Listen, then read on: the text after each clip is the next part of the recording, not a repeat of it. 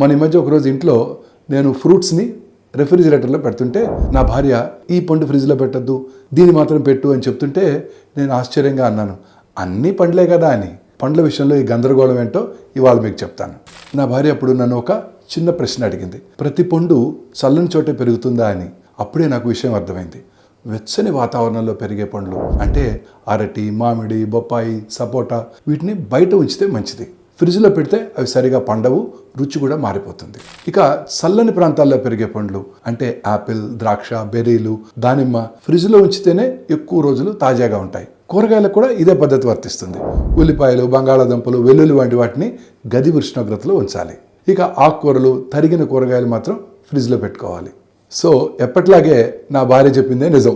ఫ్రిడ్జ్లో పెట్టాలా వద్దా అనేది పండు లేక కూర రకం చూసి కాదు, అది ఎలా పెరుగుతుందో, దాని సహజ స్వభావం ఏమిటో చూసి నిర్ణయించాలి.